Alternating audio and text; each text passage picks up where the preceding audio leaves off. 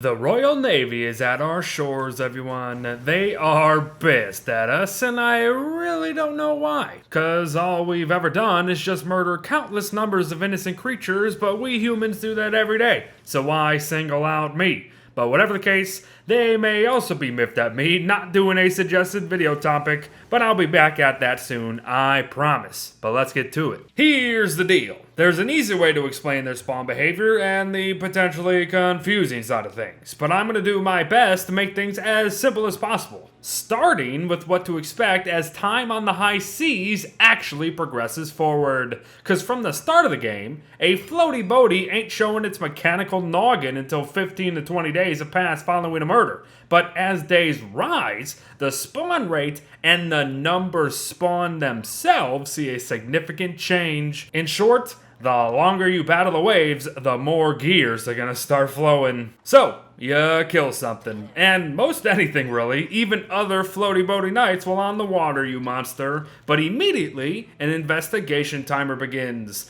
Depending, of course, on what day you are in, you should be able to determine when about a night or nights will be looking to fight upon your return to the crime scene. However, we must be mindful. Kill something somewhere, and yes, again, you've essentially placed a floaty boaty spawn location right there. But travel elsewhere for your murder, and that too is now a new potential spawn location, and that could really mess up your mojo a little bit. Because what I'm trying to say is, if you start killing things every which way to Sunday, you're gonna forget where and when. So perhaps it is better if you just plan ahead just a little bit and choose a location or an island that you will remember that you killed creatures there. So you can always just return upon a certain amount of days and find all your floaty boaties there all the time. That will be your floaty boaty island murdering spot. It's just better that way. But hey, if you're planning murdering things throughout your time, you're just gonna end up encountering them randomly anyways. So to each their own. I'm just trying to tell you, if you do it this way, you'll never get lost. There's also this whole thing dealing with the health of said creature, decreasing the spawn timer by like 1/10 and all that nonsense. And yeah, it's a whole thing.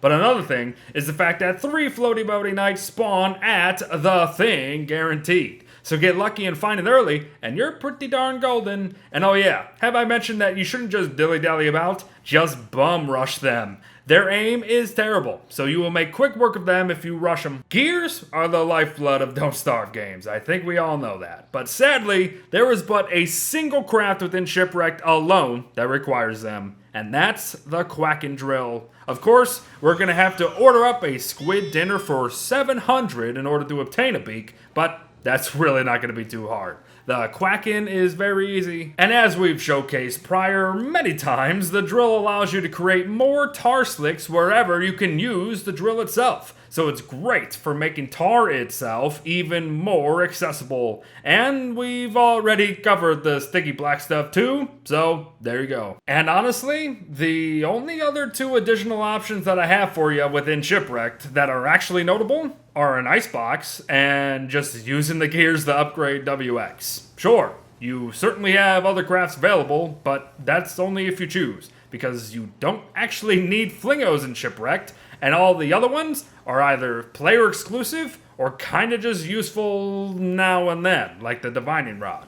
But again, purely player choice, which is strange because they even changed the floaty boaty spawn patterns to be less accessible, but gears are still insanely easy to amass within Shipwrecked, as each night can drop 1 to 3 themselves, and eventually 3 of them are spawning in maybe 5.5 days. But there isn't much use for them among the waves. Really, the only saving grace for obtaining gears in Shipwrecked is that, yes, it's very easy, but also that you kind of have to jump worlds to even make use of what all you got. So, yep, that's kind of a thing. But thanks for watching, everyone. Well wishes to all, and I'll see you in the next one. Bye-bye.